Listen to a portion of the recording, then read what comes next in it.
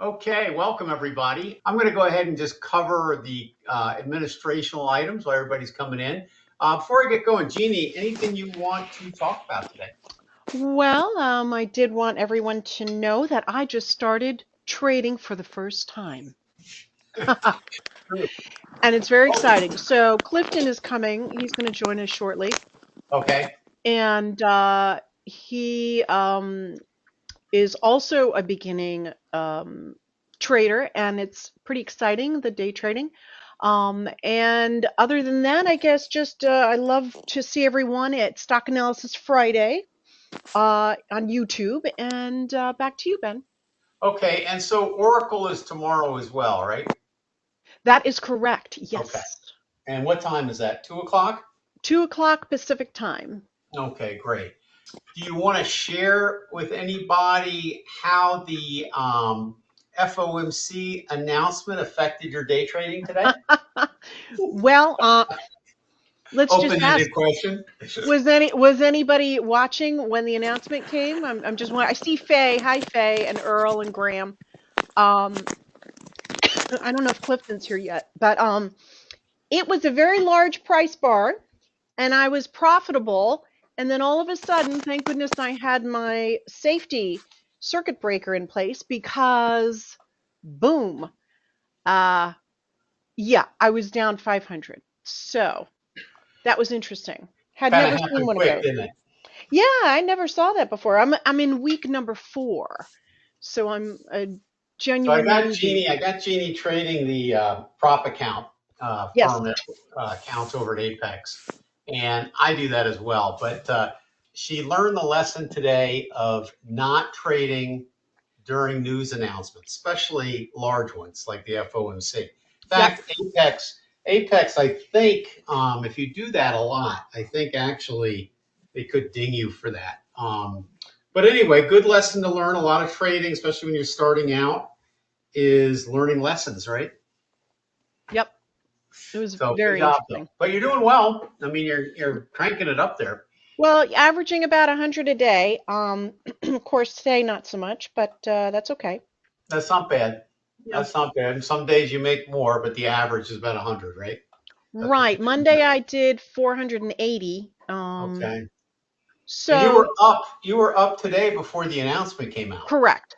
Yeah, that's too bad. But anyway, the what we do when she says circuit breaker, basically what that means is that you can go into Apex, more specifically Trinivate, and have a maximum amount you they will allow you to lose. I mean, you can lose it all if you want, but we put in a $500 circuit breaker. So if you have a bad day and you get tilted and you don't want to go into revenge trading, of course, but if you have something like this unexpected that happens, then it will take you out at whatever the loss amount is of the circuit breaker you program it for to put in there for your risk. So, the lesson is you don't trade near major announcements on a 1 minute time frame, okay? Because that's the volatility is just crazy at that point.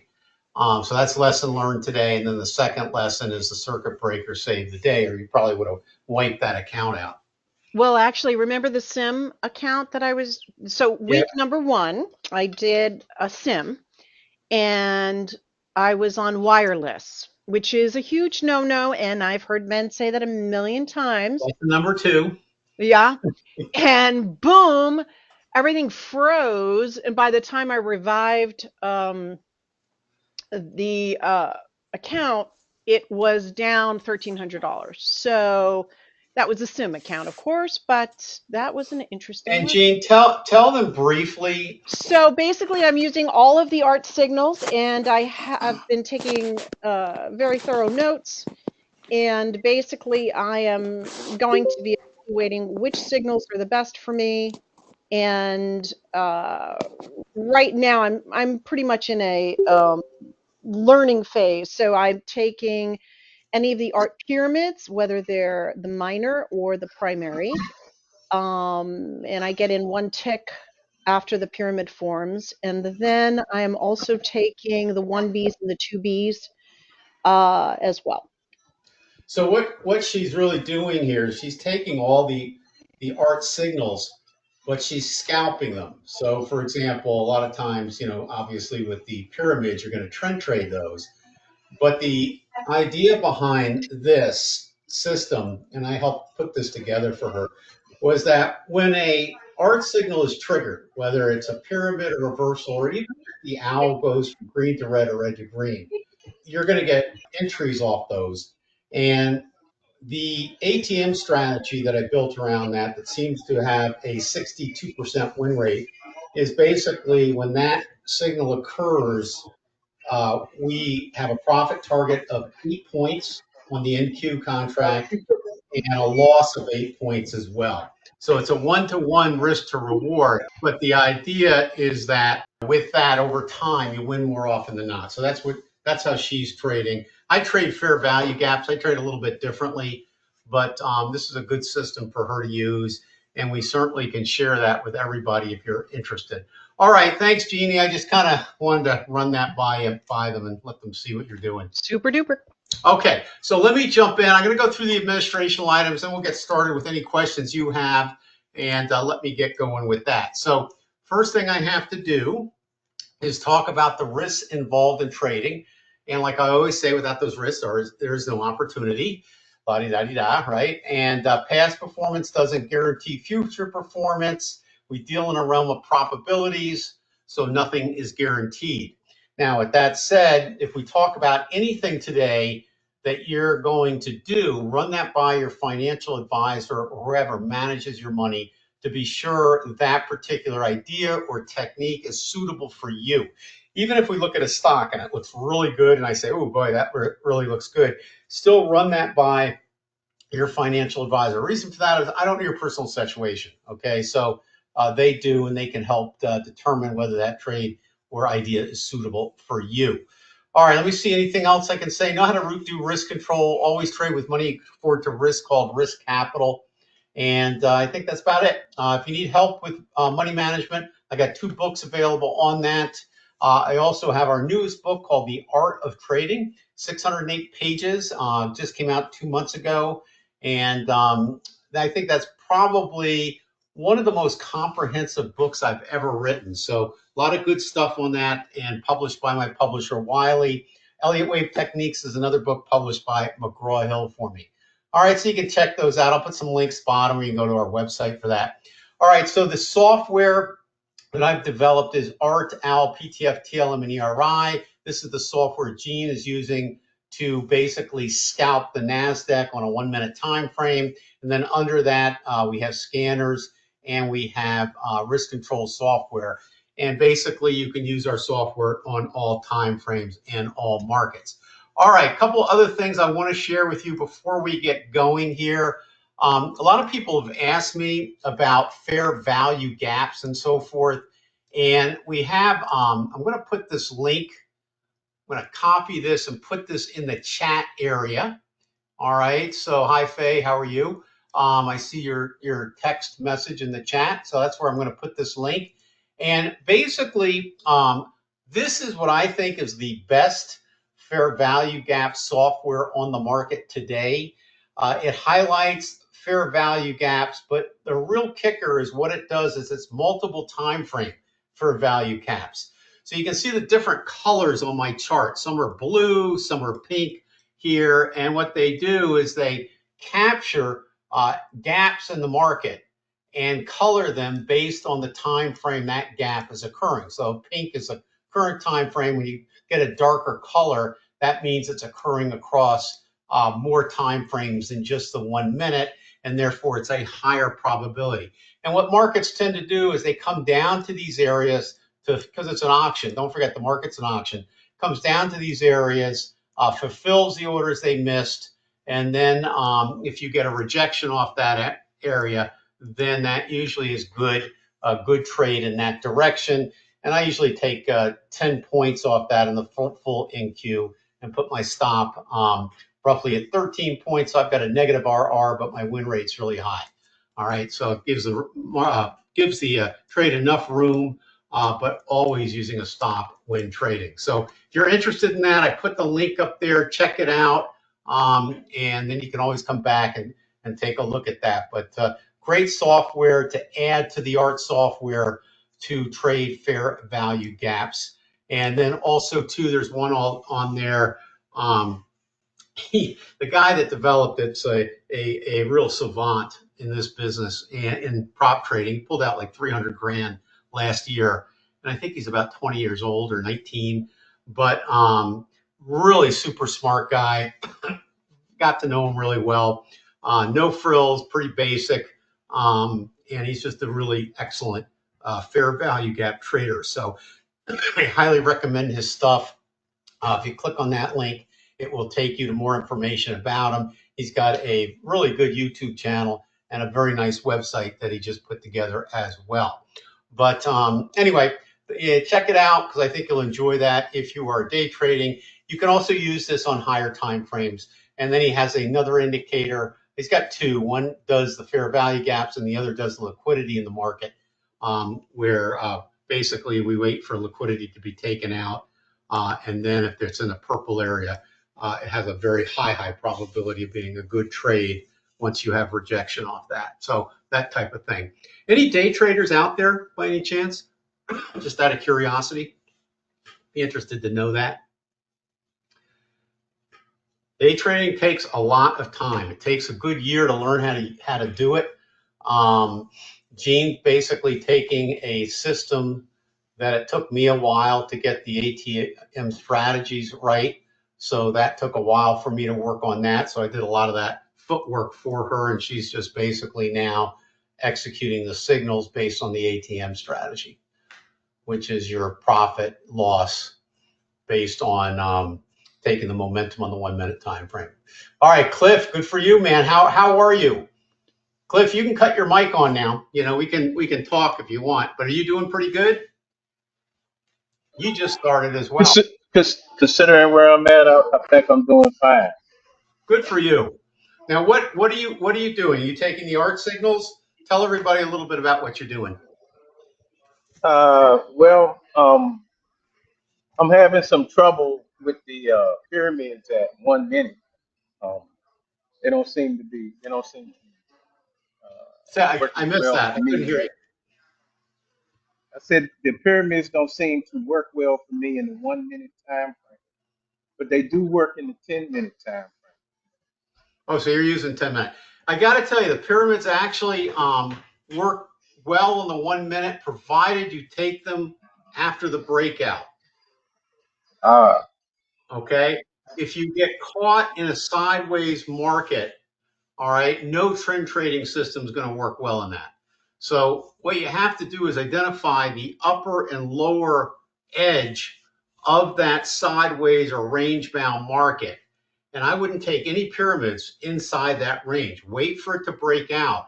Now, the pyramids actually, if you go back in time and look, when you catch the trend well, you're probably during the New York hours taking out anywhere from 50 to 150 points, which is a lot of money on the NG, or even in the MNQ is not bad either, depending on how many contracts.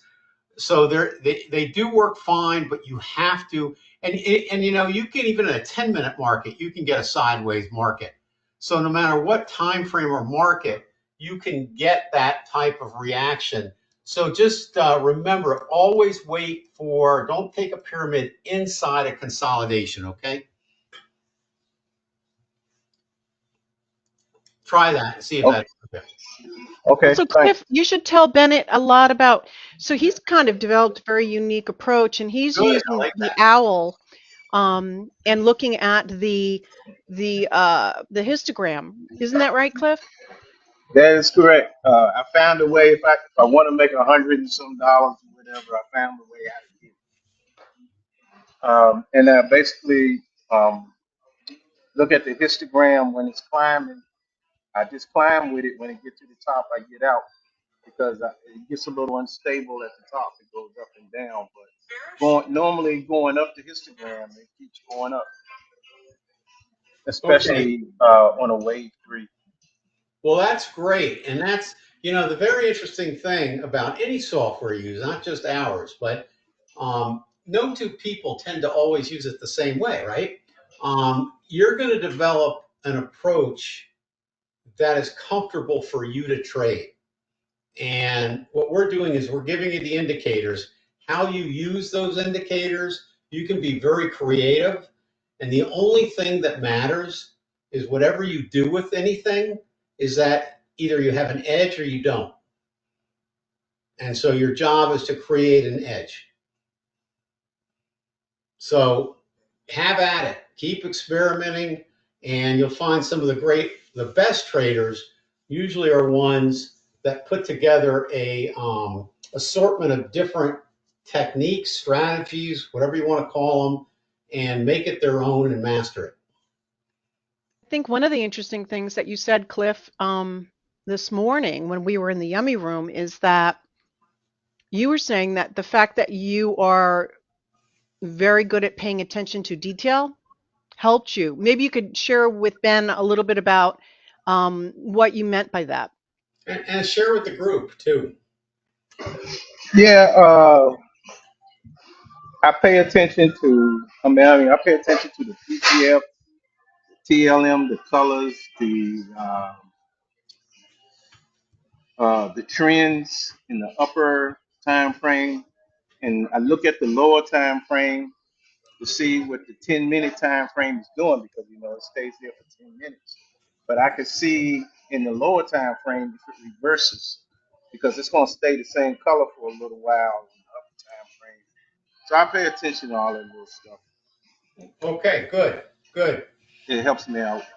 Yeah, good. Well, good job. Good job. It's a process, It's definitely a process. So keep at it. And Cliff also came to our tutorial, and so we covered a lot of how to use the art system there as well. So I was also able to fund an account. I have a funded account. outstanding, Woohoo! outstanding. What he means by that, folks, in a funded account is that if you use a prop firm like Apex, for example, you start out with an evaluation account, and it starts out at 50,000 with the trailing drawdown of 2,500, and that your job is to get that to 53,000 or over, and then you become funded. So you have to do that in an orderly way because if you don't use stops or have an edge, then the chances of you getting to $53,000 before the $2,500 drawdown is dissipated is very hard to do. So, Cliff, that's a good job. Congratulations. Thank you. You got this. You got this. Just keep at it. Yeah, I need to get my record keeping straight. I'm trying. Well, I pay for TradeZilla, but I haven't yeah. been able to import my trade into it yet. Well, you should be able to. I use TradeZilla too. And basically, what you do with that is you sync it up with your Tradeovate account, which is what Apex is. Because I think you're using Tradeovate. Yes, I am. Yeah, so you sync it up there, and that's how it works. You don't have to manually enter anything in. Okay? Okay. All right. If you have trouble with that, let us know, okay? All right. But it does work. You just got to sit in front of it, sit in front of Tradeovate for an hour or so, and get familiar with it because it can be a little overwhelming at first. But once you see where all the components are on how to sync the accounts, it's pretty easy. And it does a great job because it tells you what all your statistics, but it also tells you in a very quick way to looking at, gives you a calendar, and on the calendar it will tell you exactly what your net profitability was for every day in the Apex accounts. Ben, I think too, Cliff was mentioning that he's going to be studying Elliott wave more. Okay. Right, Cliff? That And is correct, since that's where I'm making money right now consistently. You gotta love the Elliott wave, right? right. And Cliff, you were saying that the Art of Trading book has that great section on Elliott wave that you like, right? Well, I haven't finished reading it yet, but yeah. It's at the back. Yep. Right. So that'll be handy, I think. That damn book is so thick, Cliff. Everything's in there. I know, I know.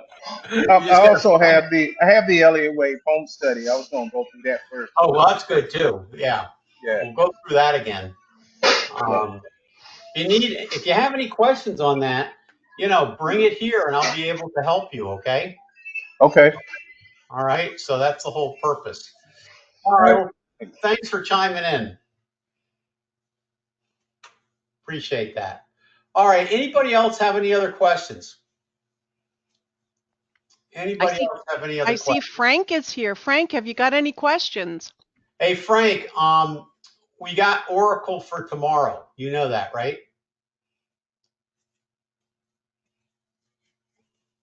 He might not know how to turn on his mic. Okay. So, yeah, but All I right. just Well, spoke with him. then I'll tell him. Or Frank, I'll see you tomorrow at Oracle. How's that? Better?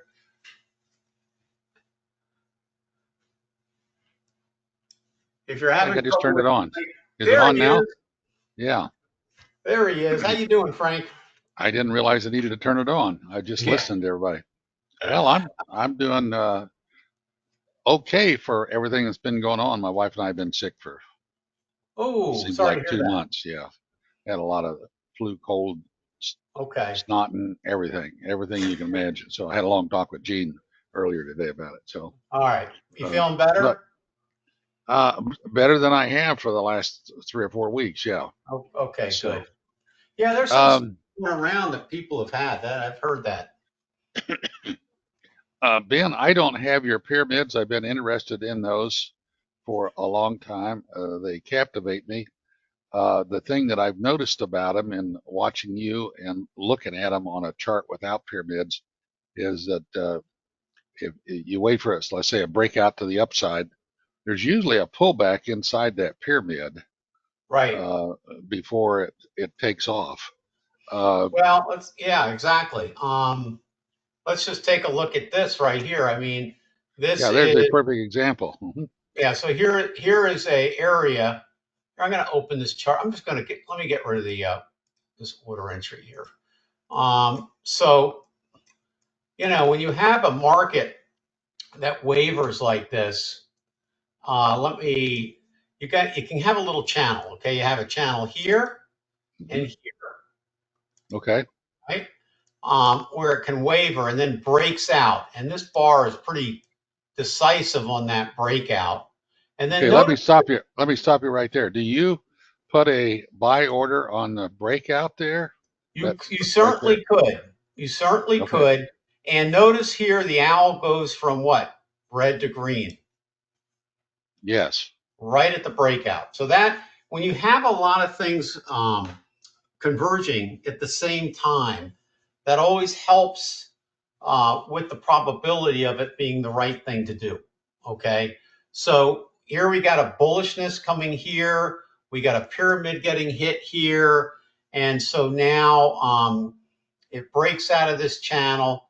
And probably what I would personally recommend is that the pyramid occurred in the channel. So you don't want to just go into it until prices close above the channel. Then you can Okay. go in and put your stop below it. But you don't want to take the pyramid in the channel. And Cliff, this was what I was kind of getting at before. And this happens to be a 1 minute time frame. But you don't want to take that pyramid until prices get above the range, okay, which I've drawn with this little gray box, just isolating the tops and bottoms, okay? So that's a key element there. So Ben, when you do that and that breakout occurs, I've done that a few times. But if you don't put a market order in, and in that case you're showing there, you wouldn't be in the market. It breaks out, leaves a big gap there. Well, what Looks like. you could do yeah, exactly. I mean, in this case here, if you happen to catch it here, you could put a limit order above the channel.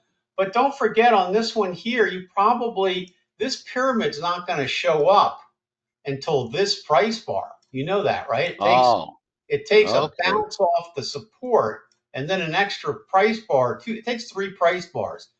So you're probably gonna miss that one because unless you Oh. get in up here and put your stop here, I mean, you could do that. But the other thing you could do is just wait for another one. Mm-hmm. Okay, and do it that way. So this, every situation's unique. You don't always get a jump up that quick, but when you do, and it's a pretty good trend, you're usually going to get a significant pullback, and you can see that on all time frames in all markets. All right. So the problem with what you're saying then is if you miss that, you wait for another, and now you're in higher. Yep. And do you always just follow your stop where the Yep. bottom of the You just pyramids put all the your way up? stop there, and you go in here. Yeah, Okay, on that third price bar, stop goes right, under here. right. You could scale out a teeny bit of your position here, or just keep it until you get the next pyramid. Right. Depends. But don't forget, if you went in here, you're going in right around, let's just see here, you're going in approximately,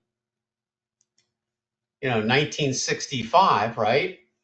So you would be up, what, almost 40 points. We're almost at, 1998 and a quarter, so pretty close to 40, right around 38, I Mm-hmm. guess. So not so bad. That's a lot of points in the market. So what would you do? Well, you could scale out some of your position on this bearish 1B here. You could draw a trend line here, take some off only when it goes below the trend line, or just plain wait for the next pyramid Mm-hmm. and move your stop up. So lots of different ways you could do this. One thing I will tell you, when you are trading, when you're day trading any market on a short time frame, you're going to find emotionally it's very hard to not want to take profits when you get up into this area and there's no pyramid yet. Ah. I mean, think about it psychologically. If you're up, let's say 40 points, let's just take a look at this 40 points, right? On one contract, you'd be up $800. Mm-hmm. Okay. If you had more than one, you'd be up, of course, whatever the more is. But the idea is that your stop is still way down here on the pyramid. All right. So you're probably not going to want to give all that back, right? And I would recommend not to. But you'd also be surprised. A lot of times here, the market will move down and you'll start saying, oh, no, it's not going to, I better take profits. And then what does it do? It keeps going. Yeah. Okay. Well, that's So, happened to me a lot. yeah. So I would recommend only scaling out a little bit and try to stay with enough of a position where it's kind of a win-win situation. So in other words, if you scale out a little bit, you're happy in case the market comes down. If the market continues, you're not scaling out with your entire position and you still have some in. So every trader has got to come to their own method on how to handle that that's comfortable for them. That makes sense? It does. There's background noise. A lot of it. I have And trouble maybe, hearing. oh, there we go. I think that might be on your end. Not sure. Oh, that's great. Now I can hear you. All So, right.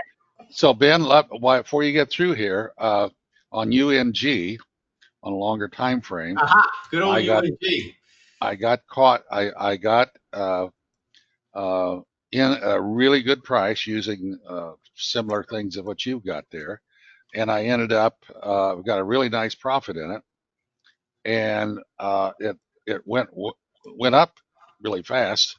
I didn't have the pyramids, but it went up pretty fast. So rather than take profit, I thought this sucker's going to pull back. I sold some calls against it, Okay. some $30 calls. I got three, some of them $3, some at $3.30, and this is January, way out there, and I got a little loss on the calls, but I caught, instead of getting dollar for dollar, I get about 50 or 60 cents on the dollar as it goes on up. Yeah.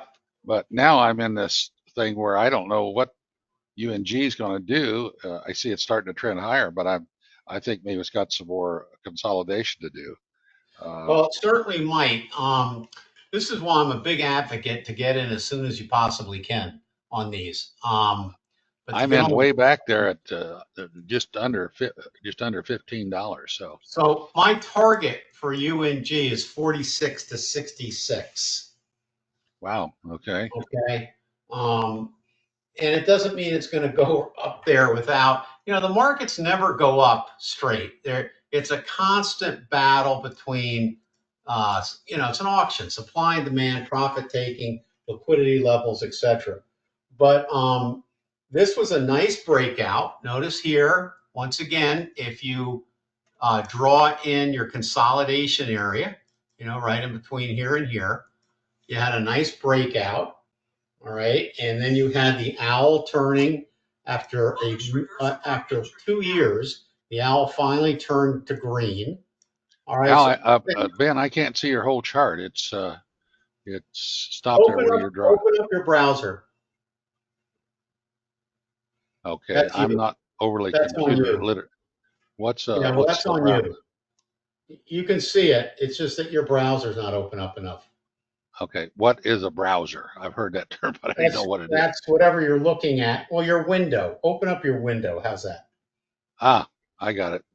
I had it open too far. Okay, I got it. Yeah, real You simple. see it now? Okay. Yeah. Oh yeah, I see it perfectly. Okay, so this is You the got a weekly chart.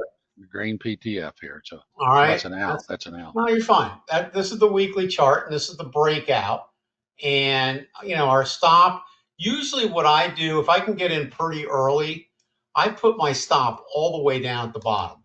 And the reason I do this is because if this is the first break off the bottom, all right, you can have this come back down for a double bottom and then go. So the first leg up, whether it's a wave one or an A wave on the Elliott, can be met by a very nasty B wave coming almost down to where it initiated before it goes higher.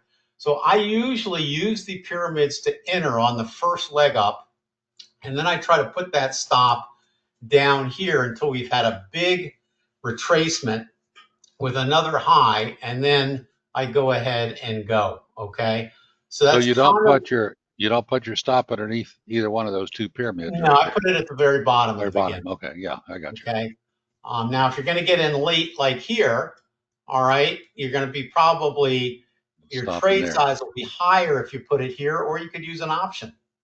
Mm-hmm. Okay, you could buy a call option simply, and just make sure you have your risk built into the how much you're paying for the option. So if you don't want to risk any more than $1,000 on the trade, only buy $1,000 of calls, things like that. Yeah. All right, but this is the target. All right, so this is a weekly chart, so it's not going to get there tomorrow. And I think this is going to be. I waited a long time for this, and I know you did. Popped, and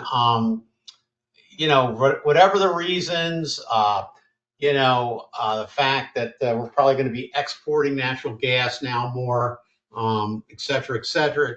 But just follow the technicals. That's the thing. And you can see the breakout also here. And if you're a short-term trader, not so much a long-term trader, then you could use trend lines in order to scalp out. You'll probably get another pyramid. You could, you got reversals. You got a greed bar up here telling you it's coming back to the trend line, and it did. You have a red PTF here saying exactly what you were saying before. We're probably going to be in a consolidation for a little bit. Okay. Okay, but still, to me, it's still something I'm holding, but this is not to me, this is not a super short-term trade. I plan to be in this for a while. I just looked at your targets, and then I was looking at that overhead coming up here on a weekly chart. I thought if I sell calls above or right at or above that overhead, I just I sold January of 25, so they're way out there. But okay. So I'll be taken out if it gets above $33. So I'm in it just under 15. That's a really Yeah, but nice you're still return. making a profit. Making a profit, and I look at selling. I look at selling a calls against it as potential, not at quite as much risk, because when it goes down, that I get some income off of Are that, these off covered those calls calls. or naked calls? Covered calls, yeah, Yeah. covered calls. All right, that's fine. I own NG stock outright, and but Okay. covered calls. Okay, good, good. That's All going right, to limit NG, on the NG is thing. a futures market, folks, for natural gas. Yeah, That's the and Henry Hub. I have done this quite a bit, and the problem is when you get a really one that goes up a lot, then you miss out on that really great big run. Yeah, So, yeah. or unless you got the intestinal fortitude to jump back in again. So the same thing I was trying to do on UVIX, and I missed it. I put my buy order in, and I never did get in it. And that thing has done really well for you guys. Yeah, yeah, this was one on our MOR list. This did do well. Too late to get, I wouldn't go into it now. We just had a very bearish 1B reversal up here, so you're probably going to get a pullback a little bit. Yeah, But after that's the pullback, you should get more highs. now there's a gap on that daily chart there. Yep. So this is, just without, I don't have the experience and knowledge in writing books like you do, but I think that'll probably pull clear back to probably close to Yeah, at least well, fill a little bit of that gap, or down to there's the a high gap anyway. probability that the gap will fill. And, on the weekly chart, you see it's right there as well. The only difference is it does have the price bar here. But also, too, a lot of that, I think So, that might have been due to the 10-to-1 stock split or something that occurred. yeah. So That's exactly that right. that really doesn't count in terms of a true gap, because that's due more for the stock split. I see. Okay, so you got to take that into account. So I think it looks pretty good. I would stay with it, but I think we're going to get a pullback. Yeah, I think so too. And I was going to try and get in there on a pullback. That's why I'm watching it, but I don't know. We'll see. Yeah. So, Well, very simply, again, all you have to do is take a trend line, run it down here like that, make sure you don't go in until that trend line, you can draw a trend line again to the upside. Okay. And I think yeah, actually Cliff is asking about identifying tops and bottoms on the I trend just saw line. that. Yeah. Hmm. Yeah. So, that's a so great. here's the thing. With Cliff, when you have our software, if you have a couple things to look for, when you're at the top of a market or getting close to it, one of the ways you can know that is look at the owl. And if we're making higher highs but lower lows on the owl, that's divergence. So right away, that is signaling that the trend is fairly mature and could be ready for a pullback. So that's one way. So it's very risky to go long on a trade when you have that kind of configuration. Okay, just so you know, you want to keep that in mind. And usually what happens is if you see this heading back down on the second hump, so to speak, then it's very possible it could meander, it could go a little longer. It's not a telltale sign, but it's what I usually like to do is get in when the owl is fairly new and not so mature, showing bearish divergence. Okay, so that's one way you can show a top. The other way certainly is price bar structure, price action. So again, you could draw a trend line here, all right? But also too, when you have what they call a pen bar, this is a candlestick pattern.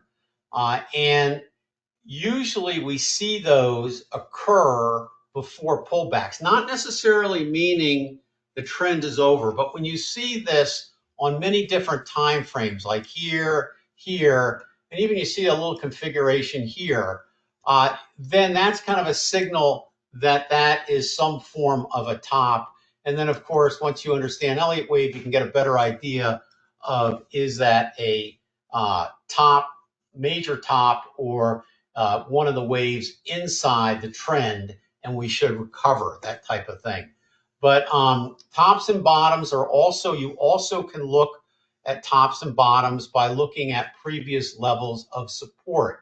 So for example, let's just take, I don't know, give me a stock, anybody, other than this one. Let's not look at the one with the gap in it. Give me another one. Anybody? Ben, let me ask you a question before you get off of this. If you look at the weekly on this this one, you said in one of the webinars that usually you call them frackles. When they go back, you've got Yep. 3 to 5, I think you said, bars down. Does that apply to the weekly as well? Because look Sure. at that thing on the week. Watch.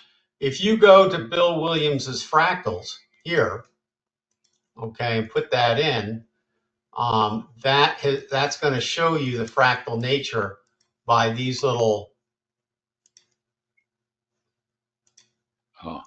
triangles right here. I see. Okay, so those are all fractals. Usually it takes about 5 price bars to pattern a fractal pattern, but Bill Williams actually taught me about fractals back in 1998.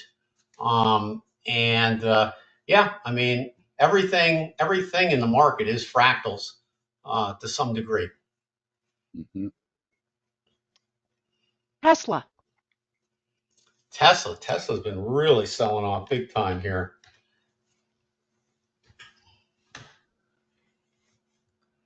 Okay, so again, if we open this up here and get rid of this, it's interesting because we had a 1B at the top. All right, so there's your price bar after a big trend up. And then you had the first leg down, second leg down, and during the second leg, that was strong enough to change the owl to a red at that particular point. But when you're looking at this, you've also had 1, 2, 3, 4 pyramids in a row. And so after you get past really 4, you look for, that's a mature trend. Okay, so you got to kind of realize that you're probably in a trend and you should have been in earlier, and you don't kind of want to go in after 3 pyramids, even though actually this was a nice boost to the upside. But you would have been eventually stopped out on this pyramid here. So the interesting thing about this one here is that, again, you usually have a long wick bar at the top. And that's exactly what you got there. All right. So that's kind of interesting. The other interesting thing is if you go way back here, all right, that was in a high territory. So that was a new high. So anytime you have a brand new high like that, you're going to you're in basically new uncharted territory. And so any problem in the market can cause that to move back because people are kind of nervous about that. But tops, the quickest way for a top, I think, is just draw a trend line. And how long has it been in progress? We had a wave 3. So if you have a break in the wave 3, and then you have a red owl, and notice that owl's red when you get stopped out of the trend, and now we're heading down. Okay, so a combination, you're lucky, Cliff, because you have the software, and you can spot things that people can't spot if they don't have the software. Okay.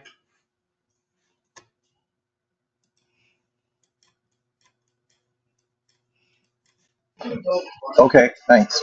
Yeah, sure.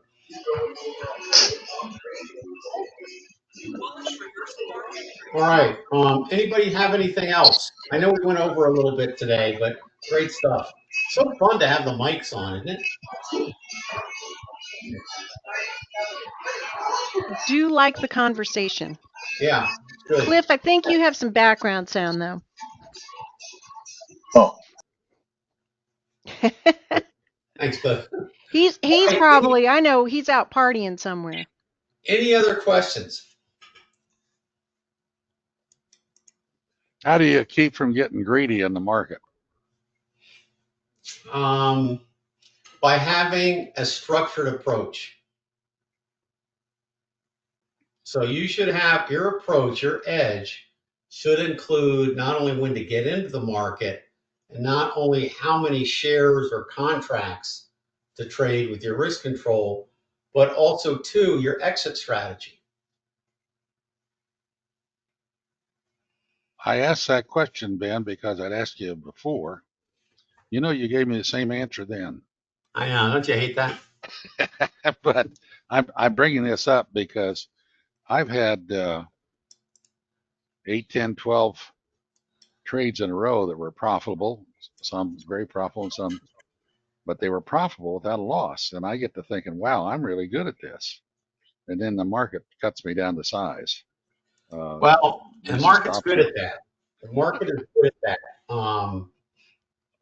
They're, it's very interesting because when you have a good string or a good set of trades, you can think you're like the king of the markets, Mm-hmm.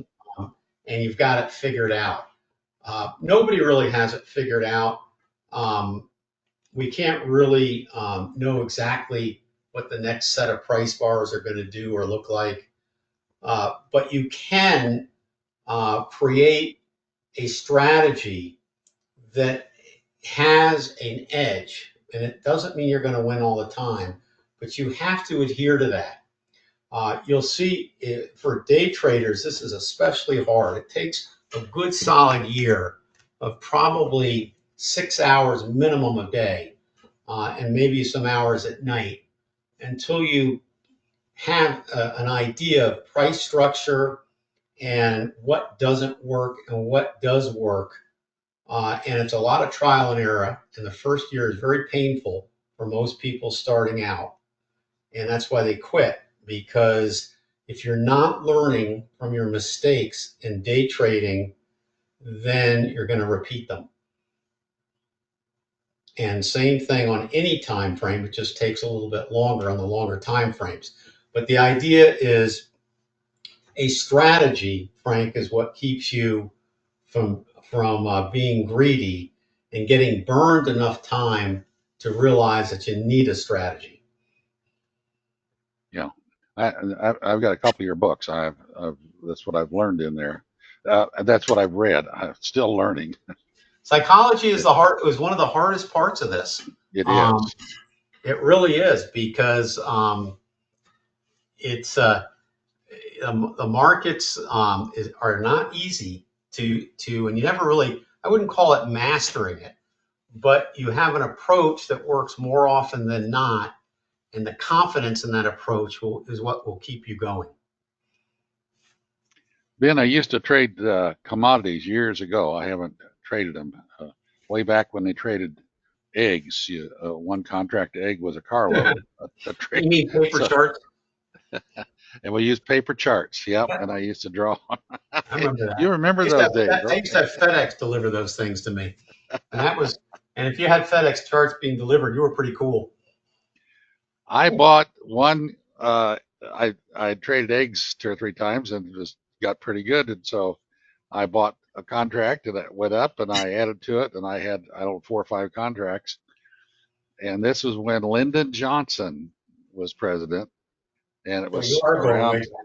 and it was around Christmas time, Ben, and he got real sick. I don't know whether that's when he died. He may have died then.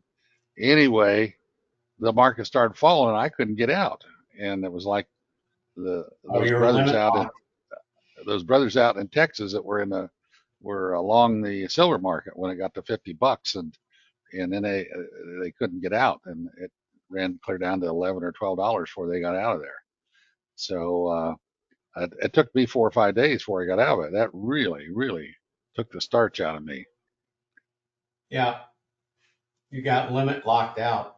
Yep, that's on those. One of the things I look at on stocks is how much volume it is. If it's only 100 or 200 or 300,000 shares a day, I won't. I usually try and stay. There's too many other good stocks with. I want at least 1 million a day of volume. Well, I'll tell you the nice thing though about the markets today is if you don't want to worry about that stuff with the futures market, you can trade the ETFs. Yes, yes. Okay. And because there's an ETF for almost every commodity, and Right. that certainly makes it a lot easier. Now, day trading, I would not recommend day trading anything but the futures market, especially the Nasdaq and the S&P E-mini. Those are the ones with the highest liquidity. The executions are excellent, and the leverage is good. So that to me is the number one uh, thing to trade for day trading. You ever trade pork bellies? I think I did a long time ago, not certainly not as a day trade, but probably back in your era. Okay. I haven't traded there's paper charts. The liquidity is not that great on them. No, it isn't. I learned a lot from that, and one of the things I learned for some tough things I'll trade crude oil. I'll trade yeah. I'll trade the NG, Henry Hobson. I will trade gold. The problem with gold is the volume gets a little thinned out in the afternoon. Nasdaq, you can trade the Dow. You can trade the Russell. It's interesting. Yeah, every market is interesting. It's Oh yeah, there's no free lunch. no, it sure isn't. No matter how you trade.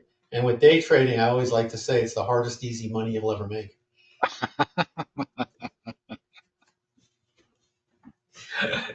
Looks so simple after the fact, but when you're in it, it's quite the different thing. It sure is. And that's what takes a long time to get your emotions conditioned and everything else. The biggest problem people have when they day trade is getting pulled in by the color of the candlestick. Uh-huh. There's times when it is something you want to use, but most of the time the color of the candlesticks are designed, and the machines, the bots that trade them from the big institutions on the lower time frame are designed to deceive. Ah. They'll pull you in at the wrong time emotionally. So that's something. Yeah, that's why you have to have a strategy that you can trade, and not the watching every price bar. Even though every price bar does tell a story, but there's ones you don't want to act on. All right, well, I think that's it for today. What do you think? What a great session. Thank you, Ben. Yeah, my pleasure. Good to have you here, Frank.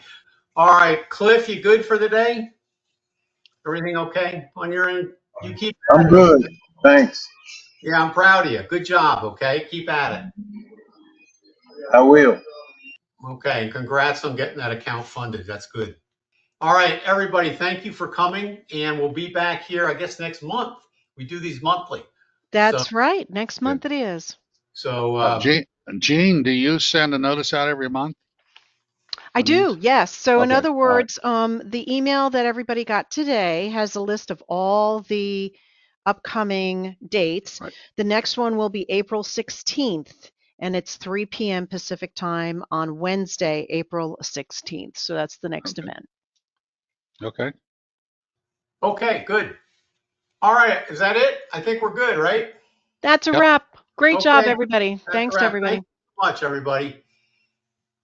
You guys have a great month, and we'll see you back next month. Serving traders worldwide since 1998, TradersCoach.com provides educational services for traders and investors alike. We've developed trading software to help traders of every level improve their skills. Our site is dedicated to providing you with all the resources, software, and educational material you need to achieve your trading goals. It is because of our years of experience, attention to detail, and our exceptional customer service that traderscoach.com is the right choice for you. Call us today.